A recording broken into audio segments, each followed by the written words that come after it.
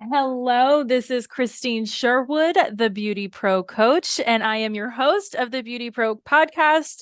And I am very honored, privileged, and blessed to have our next guest, Mr. Nick Arrojo. It's fun to be here. So happy to be on chatting to you today. Thank you. Me too. So I'm just going to dive in. What was this always the plan to be an international brand? To what is the Nick Arrojo origin story? The origin story was, yeah, I'm a big dreamer, and I'm kind of lived my dream. I've managed to reach to the stars and get there, thank God. Um, and of course, the last few years have been incredibly challenging, so that's Mm. changed the vision somewhat. So now it's a question of you get to the let's say you get to the moon and you arrive, and then everything's going really well. And then out of nowhere comes a massive, big business interruption. And, our industry is changing a lot. And you're caught in the middle of, this, and you have to, think very quickly on your feet. I think all hairdressers have been through a lot with the close downs and the shutdowns and the changes and the work habits, and the cities have changed. Obviously, my business is in New York City. So, the whole business has changed because there's not that many people that come to work here anymore, and relationships have changed. So I find myself today, navigating through past having achieved the goals that I wanted to achieve. So Mm, it's interesting. It's very interesting. that is It's interesting. not easy, but you wish for something and you get there, and all of a sudden you have to have your big boy panties on to make sure you can deal with it. And that's what we're doing. So, what helps you to maintain that drive now that the world has changed so drastically? Well, what choice do we have? Mm, Okay, what are the choices? Yeah. no. I've always said the same thing. I've never changed in what I've said since I was a kid. I don't come from money, so I'd never, had wealthy parents. I, didn't even, have well-off parents. I didn't fly until I was 18. Mm. I came to America with $1,500. It was probably the most money I ever had when I came here in '94. I achieved a lot in the UK. I worked for money. I always said that you go to work to make money, and that's the purpose of a job, is to make money so you can live the life that you choose. And if you're lucky, and I have been very lucky through hard work, determination, and focus, you can accomplish great things in this industry, and have done that.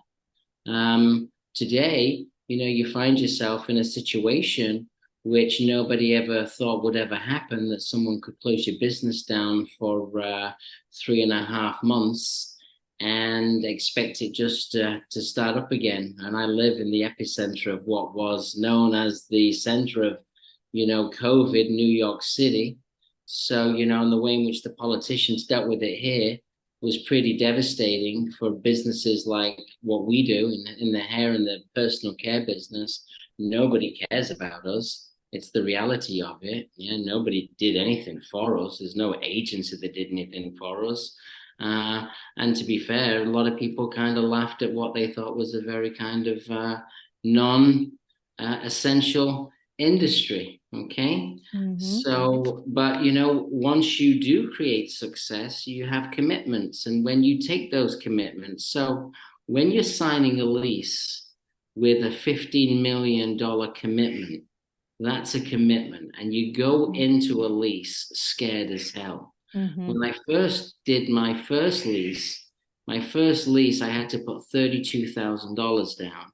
That was 3 months rent, and it was 3 months security and the first month's rent. It was $32,000. I never saw that money ever again. The landlord still got it. He's got a lot more because my rent's gone up a lot.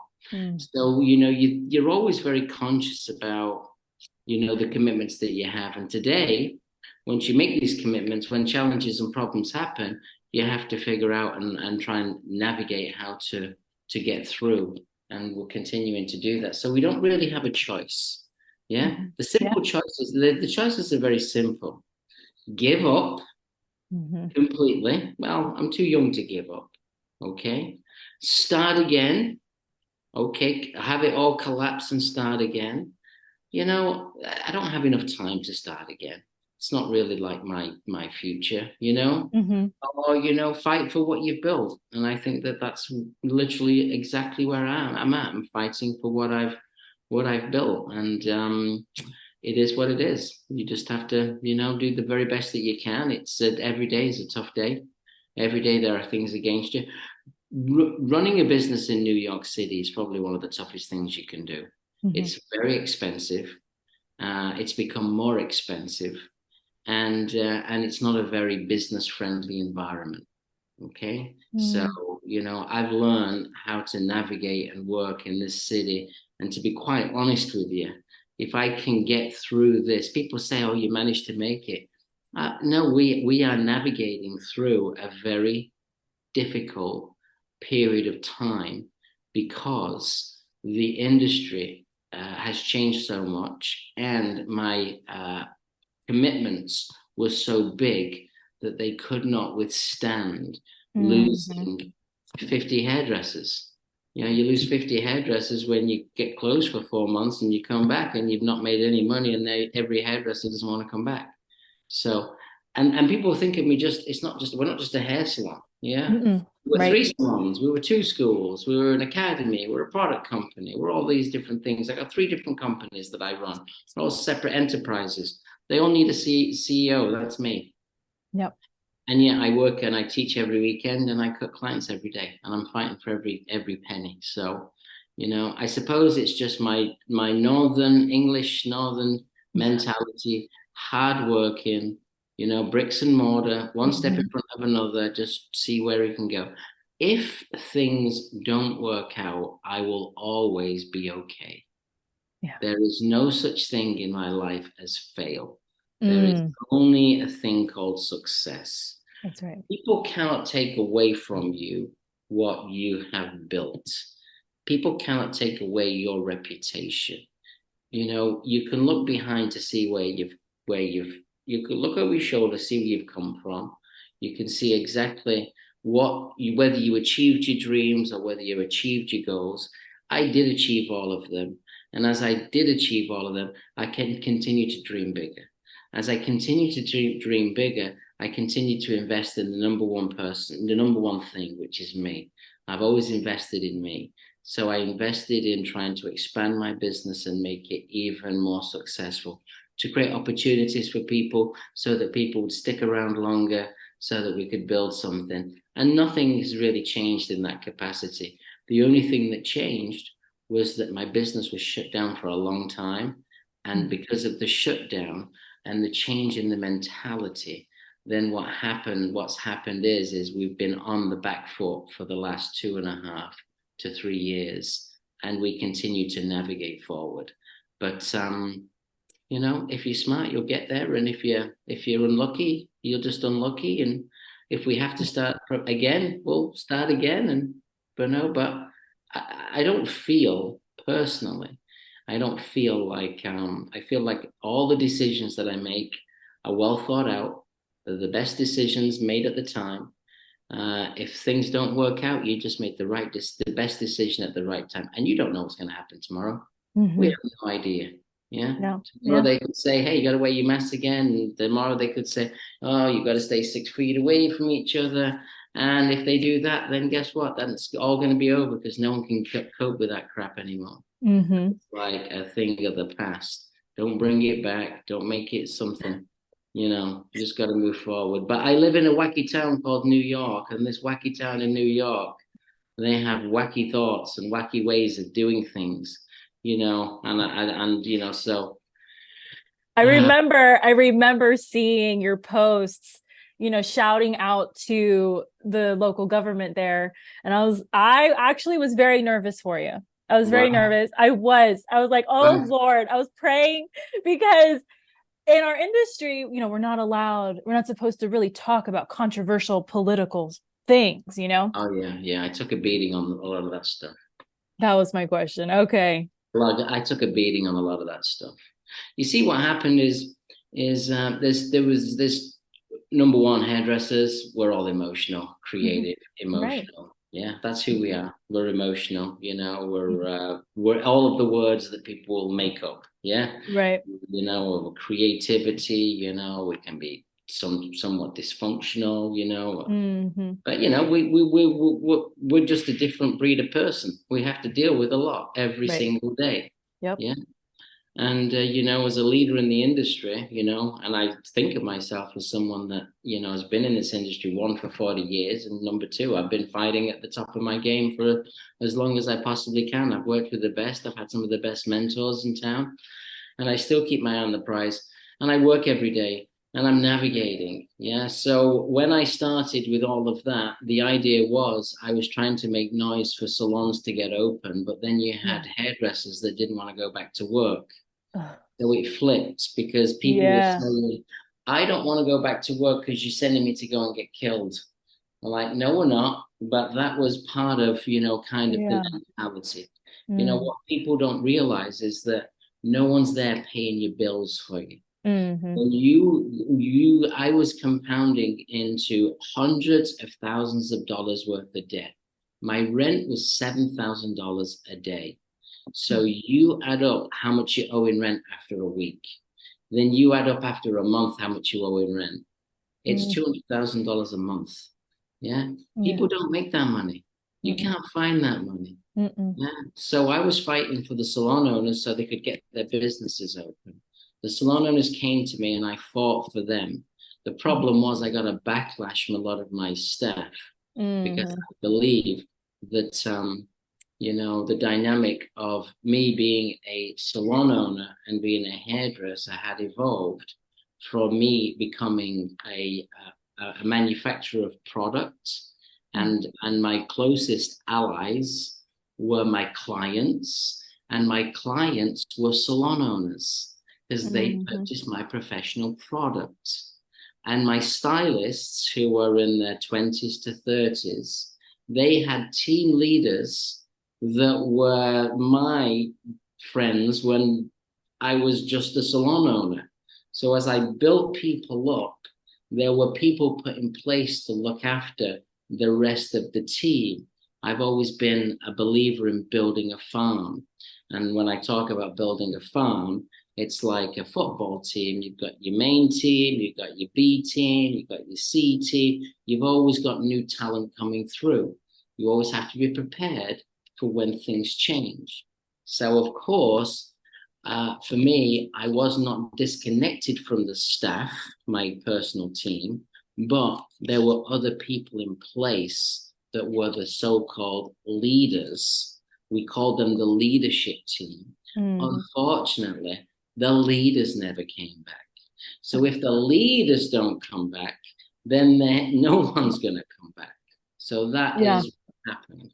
So I found myself in a space where I'd lost all of the infrastructure that I built.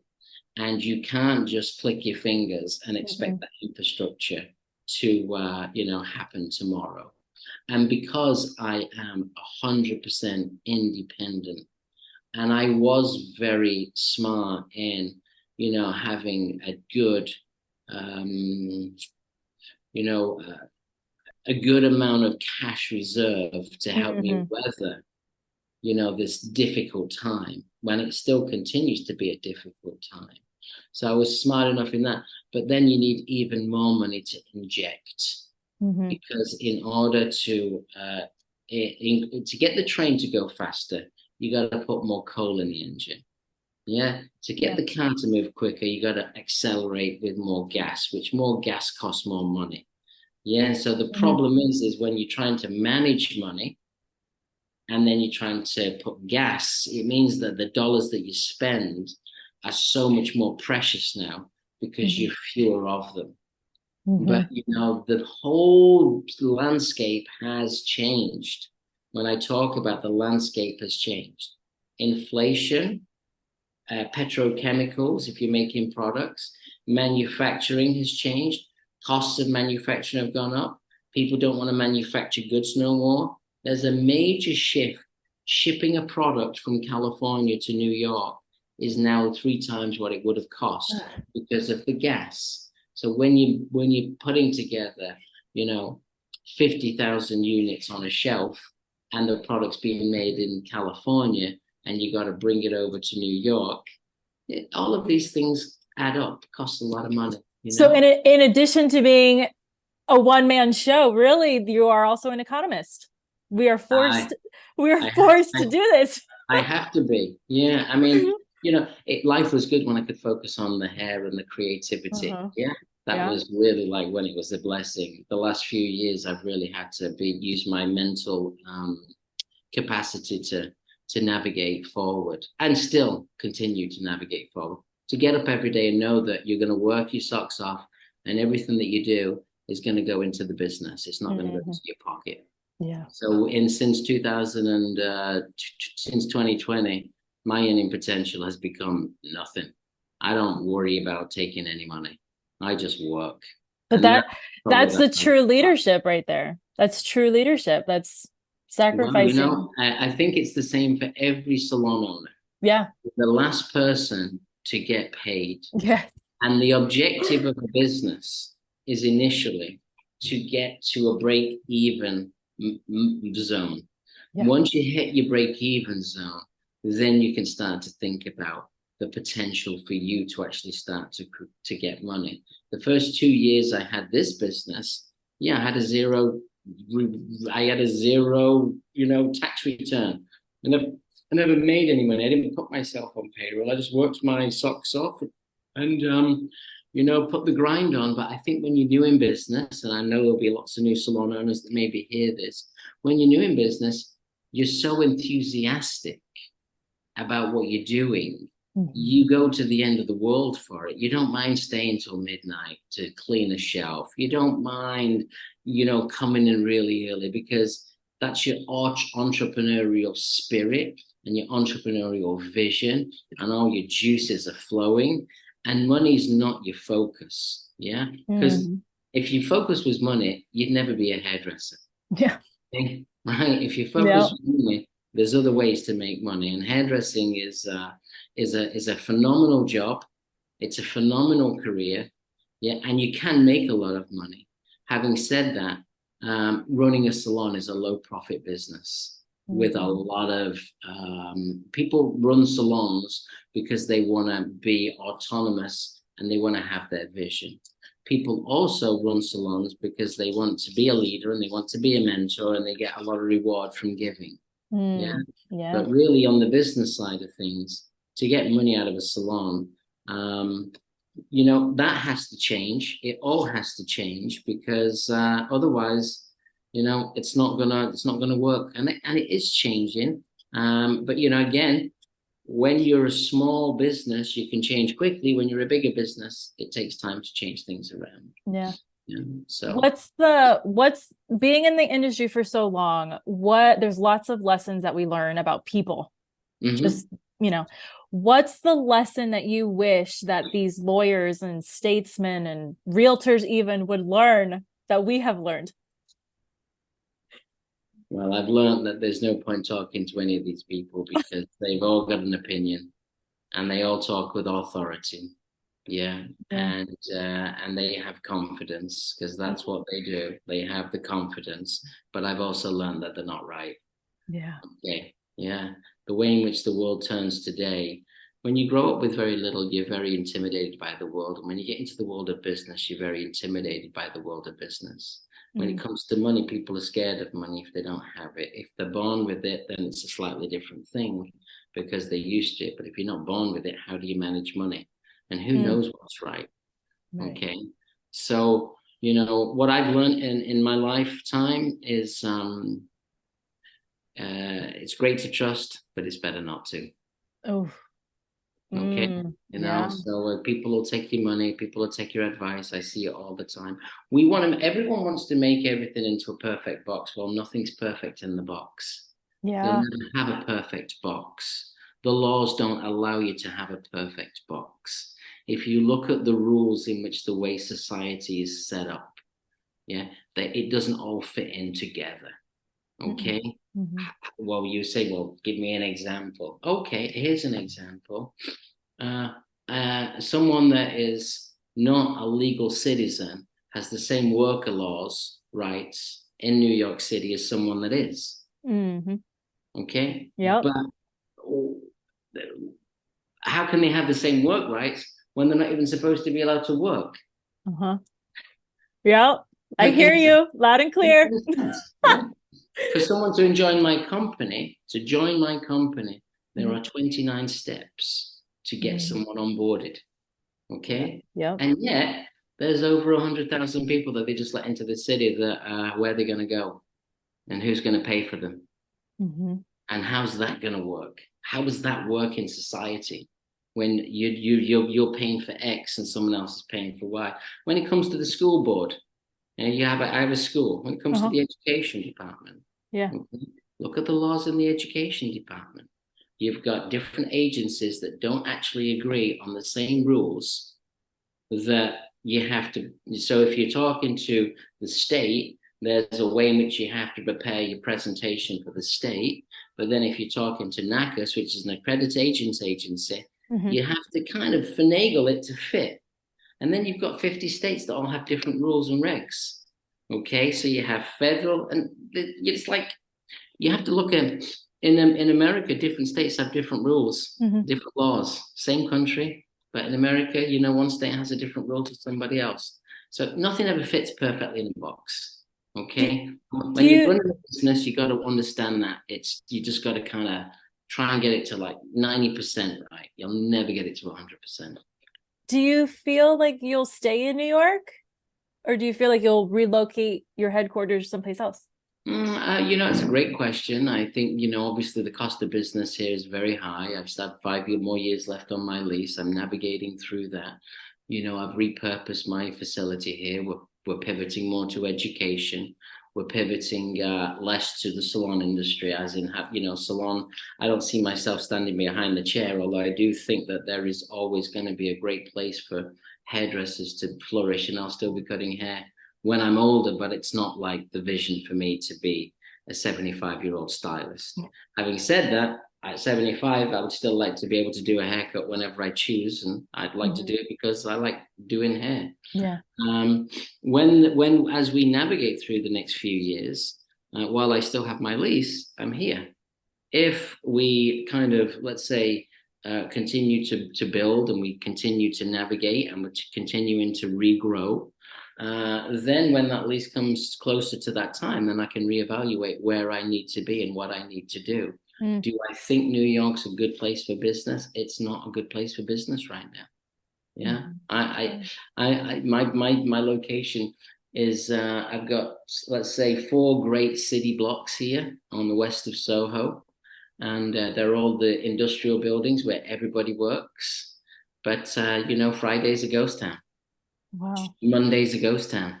Wow. These I used to be open 7 days a week. On a Friday, we used to have, it used to be the busiest day. Now today on a Friday, it's like, nobody's here. So the business has completely changed, and every client has extended their services. So even if you're in a local environment, yeah, you've Mm. gone from 6 or 8 weeks between services to 12 to 14. So you've got to get more clients in the chair. So it's a navigation, Yeah. I'm not, I mean, I love New York. I've been here for 30 years. It's been an absolute amazing experience. I have an apartment that I recently purchased. My kids go to school here. I'm embedded here. I think Mhm. the energy of the city is fantastic. I don't want to be in a suburban type environment. Mm. I want to be in a cutting edge environment with cutting edge people. I don't think LA's going in the right direction. I think that's Mm. going in the worst direction. Look at the labor laws. Yeah, Yeah. Yeah. It's a whole nightmare. I look at the labor laws, and I always thought it would be phenomenal to have a place in California, West Coast, but the labor laws just make it just become like just so like, what is the point? So I think that I think there is definitely an opportunity for me to consider an alternate arena, How but do you right now. my eye is on, my prize, which is, trying to, continue to navigate through this difficult time. What was How the do you question? feel? How do you feel about the Sunshine State of Florida? I think Florida's awesome. I mean, I used to have a place in Florida, and it's got no tax. There's no state tax, which, I know, and the laws I think are a little bit more, conducive for me. I think Miami obviously is a metropolitan environment, which I know is growing. I can tell by the prices of property, it's completely changed. Again, I think you have to do two things. You have to, you always think you're in control, but I don't think you really are in control. Mm-mm, Okay? never. Everyone thinks they're in control, but I don't think anyone's really in control. The universe has its destiny set for you.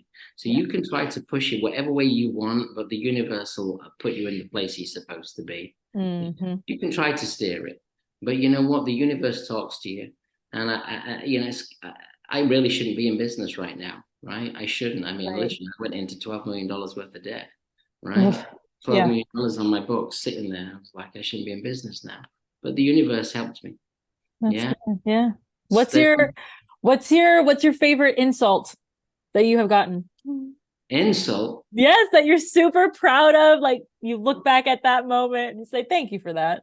No, I don't really focus on any of that stuff really. I let all this stuff kind of wash off my people are nasty. You Yeah. know, people are tough. Okay. Number one, when you own a business, the mentality today has shifted. The Mm. mentality today has shifted from being entitled to have a job than going out and trying to get a job. Mm. And Yeah. when people have a job, the entitlement is I'm going to do the job that I want to do instead of being do the job that you're getting paid to do. Mm. Yeah, so two different things, right? So I think that the world is it's difficult when you have employees. And obviously I have a lot of them. Yeah. And then, people say, what's the hardest thing in business? I say managing people. Yeah. What's the most inconsistent thing in the world? People. Uh-huh. They forget what you did for them yesterday. People. Yeah. It's Yeah. all good today, but tomorrow's a different day. Mhm. People. Yeah. You Yes, can't that's right. control that, right? You can't Yeah. control that. So for me, I am just, I'm just trying to focus and trying to, navigate through. People say bad things about me. They do. I mean, I get bad stuff said to me often. Mm. Frustrated employees that don't like it when I, reprimand them or say this isn't right, or you can't do this, you can't do that, or why are you not here? All of a Mhm. sudden it gets personal. Whereas for me, it's never really personal. Mm. Yeah, I always keep above the fray Right. with that. Or I try to keep above the fray with that. So I don't really hang on to it. If I hung on to it, I think I'd be really upset. Yeah, Yeah. because people say some really nasty things. But people used to say nasty things when I was on TV, when I was on What Not to Wear. It was even Right. before Instagram, and I was on What Not to Wear, and you had all of those chat rooms, they used to call them, Yep. I for those remember. Yep. old people like, I me. remember those. No, For these stop. young kids, for these young kids, they don't know Yeah. anything about that. They don't know. But the chat boards, and especially if I was doing a black woman's hair, God, there was so much racist kind of Oh. connotation there because I'm obviously a different, skin tone. I Mm-hmm. used to read sometimes you'd never go on those chat boards because the minute you go on those chat boards, people It's are terrible. mean. Oh, You just have to stay away from them. So, I yeah. just try and stay on the positive side. Yeah, because God, Good. there's so much damage, there's so much difficult, there's so much tough stuff. I mean, my life is there's a new problem every hour. Every hour. Exactly. Exactly. When I walk out this room and open that door, there'll be a new problem. Yeah. Trust me. Yeah. Yeah. I believe it. There'll be a new problem on the hour, and all we're doing every day is solving problems and trying to, get ahead. What celebrity, statesman, royal figure do you most want to do their hair? It's just in a Nobody. Nobody. nobody. Okay. Nobody. So not interested. Never have been. We've had celebrities here in the salon. I've done celebrities. When I came to America, my idea was I thought, you know what, I'm going to get into fashion and I'm going to start to move into that Yeah. arena, you know. But I've never desired to be kind of a hairdresser for a celebrity. I think when I was younger, you would be like, God, how would you feel if all of a sudden one day you did like Madonna's hair? She Oh, was right. an icon, like in the Yeah. 90s. Yeah. How would that feel? And then, I've come to America and you ended up doing some celebrities and, some people that are very well known, pop stars, actors. Hmm. And just doesn't do it for me.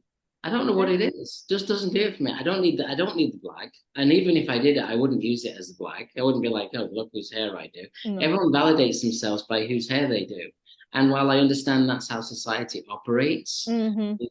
to me it's not really that important. I mean, I really what do I like? If I'm owning a Yeah. salon, I want every chair filled Yeah. at the best possible price, and then I'm successful. Yeah. Yeah, I that's right. started my business and Joaquin Phoenix walked in and needed a haircut. And we said, I'm sorry, we're busy, we can't do it. And then he left and people were upset. And I said, well, you know what? We've got clients and I'm not going to drop a client for this. And I've had it in the past where, oh, you got to go and do this and you got to go and do that. And you change things around and then it falls through Yeah. because the fashion world, it's fickle and Hmm. you're just a hairdresser. Yeah. Right. Just a hairdresser. They Yep. don't value that as you're like a piece Hmm. of their world. And Hmm. to me, I've never really been, I didn't need that. I don't want that. It's not what I wanted. It's not what I desired. I had a hairdresser that worked with me for many years, fantastic hairdresser, Manuela. She was Britney Spears' stylist. She did the world tours. She carried on, we went everywhere with her. So we really know what it's like looking Yeah. behind the curtain. Yeah. And I think my vision is, my success is kind of honestly, my success is when people are happy and people are successful and we're paying our bills and we can go to bed at night and rest and we can wake up tomorrow and put on something creative and something cool. I have an event coming up in October, Experience Arrojo, super cool event. I'm going to do my expo event next year. We're looking at a really cool venue. Yeah, I look at these things. I've always said, look at things that turn you on, whatever it may be. So if it's celebrity, fabulous. I'm not negative. It's Right. whatever you want. Yeah, it's what Hmm. you want. For me, what I like community. I like collectiveness. I like being together. I like hanging out with people. I like being positive. I want people to feel like they're energized because life is tough. So in our beautiful little sphere, we can be artistic and we can also be creative and we can also have a really good time together. There's no better feeling than having a laugh. Yeah. There's no better feeling than feeling proud of what you've accomplished. Hmm. And, we want to have that kind of collective coolness that is reality based, not fantasy based. And we want to do it in a way where we're welcoming and friendly. We have a Hmm. saying, you can change your pants, you can change your clothes, but it's hard to change your personality. Oh, yeah, that's We so have true. a we have what we call everyone in this industry. Everyone was always exclusive, exclusive, exclusive, exclusive, exclusive, exclusive. To me, I was like, let's just be inclusive. Let's be the complete opposite. Let's not tell you that you can't come in unless you do this, that, and the other. Why don't we just say the door's open, come on in. But if you don't get into our vibe, then it's not going to work. But the door's open. And if the door's open, we'll let you in. And when we let you in because we know that there's enough room for everybody and everyone's got a special place. So it doesn't matter if you're not the coolest, cucumber in the sandwich. That doesn't matter. What matters more is that you bring positive energy and you make people feel good because you're Hmm. happy to hold a comb or you're happy to hold a section or you're happy to do a blow dry or you're happy to be a part of the process because everybody's effort all has value. Hmm. Yeah, at Vidal Sassoon, when I worked at Sassoon's, we used to have a thing called an artistic director. It was a great setup. Sassoon's setup was probably one of the best. And I learned a lot of good things there, and I learned a lot of bad things. Yeah, because there's always good and bad. Absolutely. So, what I learned there was a structure where you had a salon manager and you had an artistic director. One was focused on the running of the business, and the other was focused on the running of the skill because we were a hair company. Hmm. Okay, so the creative director was the skill, Now, when the manager wasn't there, the creative director had to fill in for the manager. So that meant doing all of the running of the business. Okay. It was not great for creatives. No. And for when the creative director wasn't there, the manager had to fill in for that piece too, which was always difficult because typically speaking, they maybe weren't the most creative because they were more interested in the business and the support and the success and the nurturing and all of that.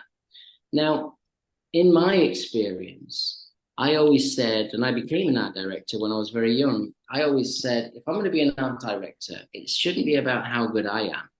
Measure me on the weakest team played.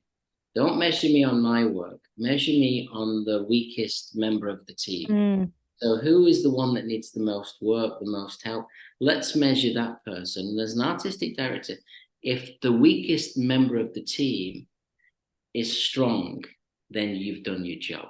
That's Right? beautiful. Yep. But there were other art directors that were like, you know what? As long as I'm leading the team, we'll always look good. Oh. So different approach. Yeah. Yeah, yeah, different. Yeah. I had a different approach, you know. I'm not saying mine's the right approach. I'm not saying theirs is the wrong Right. approach. That was my approach. My approach was, why can we not be creative? Can we not be fun? Can we not be all these great things? But then also, can we be responsible, organized? If you don't make money, you've got nothing to spend for creativity. And creativity will cost you some money. Yeah. Yeah, well. If you want a phone or an iPhone, costs money. Uh-huh. If you want an app, it costs money. So just on a basic level, if you don't have money, you don't have the ability to get some of the tools that we use today. So I've always kind of been balanced in, you know, I've always said, let's not worry about the money. Let's focus on the vision, but let's keep an eye on the pennies because the pennies will add up into dollars. And we've got to be careful that we don't run out because if we run out, then the whole thing's a fail. Yeah. So when you're building your business, you have to build some revenue so that you have some creative marketing dollars for you, whether that's to do a photo shoot, a campaign, whether that's to do something that will help promote you. Because ultimately, at the end of the day, we are judged on who we are. What is something you wish I asked you that I didn't? And what would you have said? How much money you want to give me today, Nick? I don't know. I don't know what I would, I mean, I literally come into this one blind, people that reach out to me. I'm lucky. Sometimes people say, would you like to, do something? I always go, yeah, it's like, let's do it. I think all of this is, if you're asked to do something with somebody that's trying to, create communication, connection and connectivity, I think it's a great opportunity. So I just came into this one blind. I know I think you reached out to me. Maybe I posted on a comment or something. Yeah. Yeah. It usually happens like that. I just threw it out there. I was like, let's see what happens. I don't know. So thank you. If you don't ask, you don't get. Thank you. And you know what? And maybe that's the lesson is don't be scared of rejection. Yeah. Don't be scared. No one should be scared of that. It's like you can ask and you'll get. There's a famous photographer. His name is Nick Knight. Super famous photographer, one of the best. Photographed some of the best images, campaigns for the best designers. I'm sure people would know him. If you don't know him, he's an amazing English photographer, and probably one of the best. And I remember one of the girls at work, my assistant, wrote to him. Because she was doing a project the same way that we do projects here for our students. Yeah, we have like the stylist project. They have to be a stylist and they do presentations on it, which is it's a beautiful thing to have. And I go to work every day. I got all this beautiful, magic energy. I mean, I got students out there now. I had a new class start last week, 17 students. Like that's the future. And they're either going to turn out to be good or bad based off what's programmed in them. What information is given to them, but that energy keeps you super positive and focused. But to get back to the Nick Knight story, my apprentice at the time wrote to Nick Knight and he sent, in the good old days when there was no such thing as mobile phones even, he sent her a box of all of his prints. And I just thought that that was such a generous and genuine thing to do that, it takes nothing to be nice. Now, unfortunately, sometimes it's almost impossible to be nice, especially Mm. if you're, getting stopped by a lot of people or asked a million questions. There comes a point where you can't do it. So people do have to have a little bit of, kind of decency to understand that sometimes it's a bit overwhelming, Mhm. and we're not ignoring people. I get a lot of people ask me for a lot of stuff, and some stuff I like, so I get behind it. And if I don't really like it, I just can't get behind it. Yeah, Mm. because Yeah. I just think I got to be honest. I have to Yes. be true to me. I can't be a bullshitter. I Yeah. can't be a person that is just yes is everything.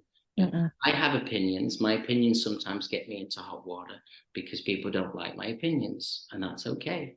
But yeah, I just try to be nice to people as much as I can, and if people reach out, ask.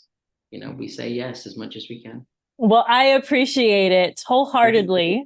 You Thank have you. been a major part of my international coaching story. I actually, A lot of people coaching now. Yeah, how's that going? well, well, I'm actually certified. I don't know about everybody But else, there's a but lot of people that are not, eh? yeah. And I sat in the hotel across your Soho school, I think it was. Hmm. And I said, if he could do it, I would look out the window and I would say, if he could do it, I could do it. We have the same hours in the day. I used to say that too. Yeah, I used to say if Horst Reckelbacher can do it, why can't I? If Paul Mitchell can do it, why can't I? And if I Right. can't do it, why can't you? And I say that now. Yeah, and you know what the nicest thing is?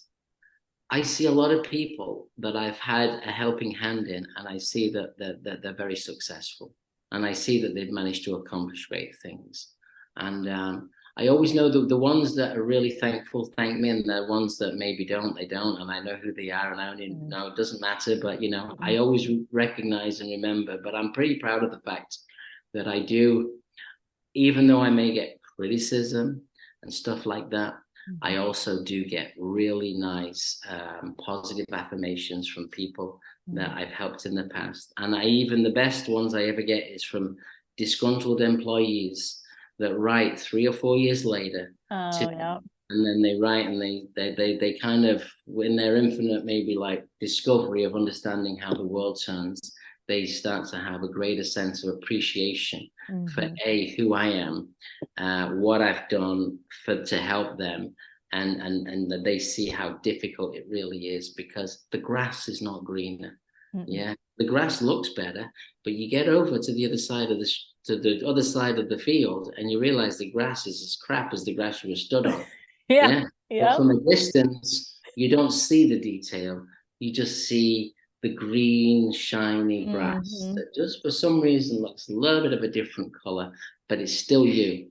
So I think that, again, just, things to live by, things to work towards, things to try and help people so they can navigate their future. I'll be cutting hair shortly. I have another client coming in. I look at my clients and,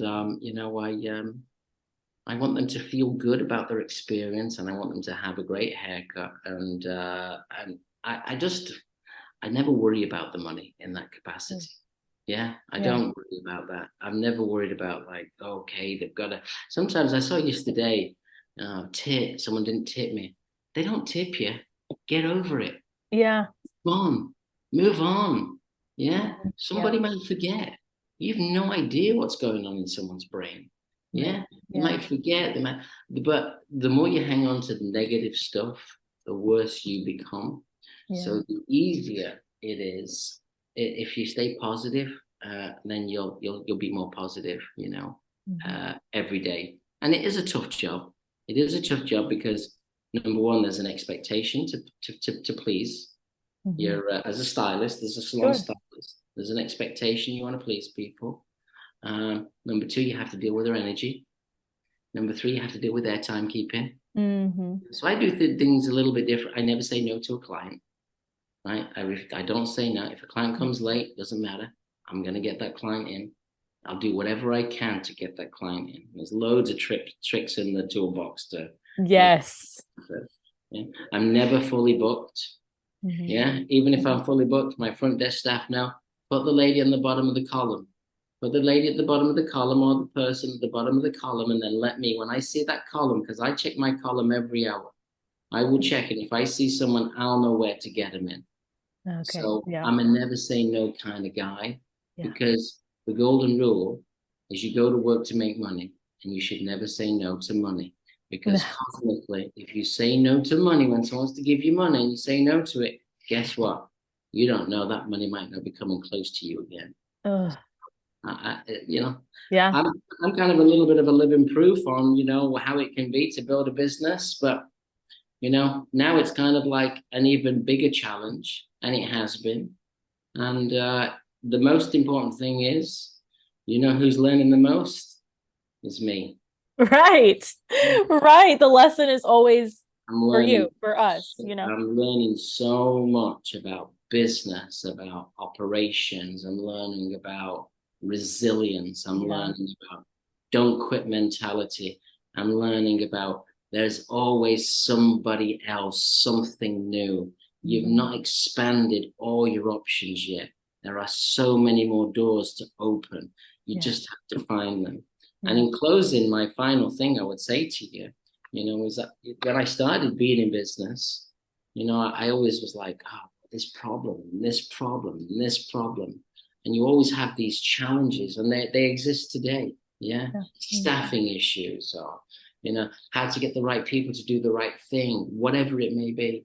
But what I learned about 10 years ago is, maybe 15, there is always a solution to every problem. Yes. The trick is to find it. Find the solution to your problem. Yeah, but whatever the problem is, there is a solution. So, in wrapping up, while my problem is we don't make enough revenue to support the existing expenditure. So, for me, I wake up every day and I go, let's manage that focus.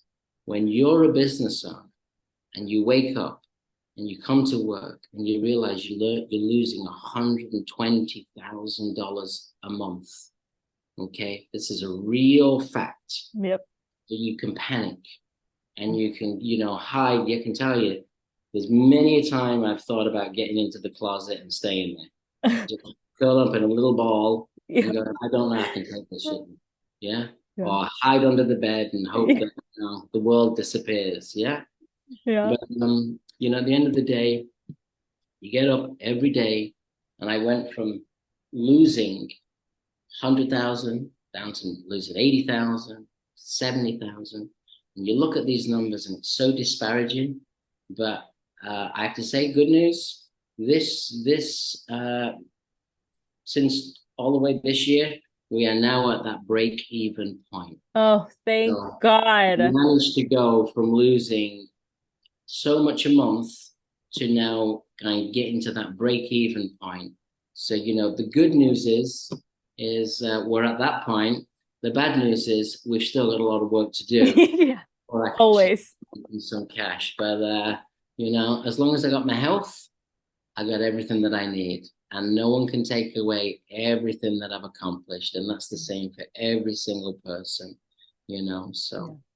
Well, that's thank me. you. Thank you very much. Have a wonderful day. I'm going to continue sending all the good vibes and all the prayers to you Thanks. and your family and your I'm your coming to I'm salon. coming to I'm coming to Florida in a couple of weeks. I'm doing a class down there. Oh, fabulous. Where? Florida. Oh, you don't know where yet. Okay, all right. That's fine.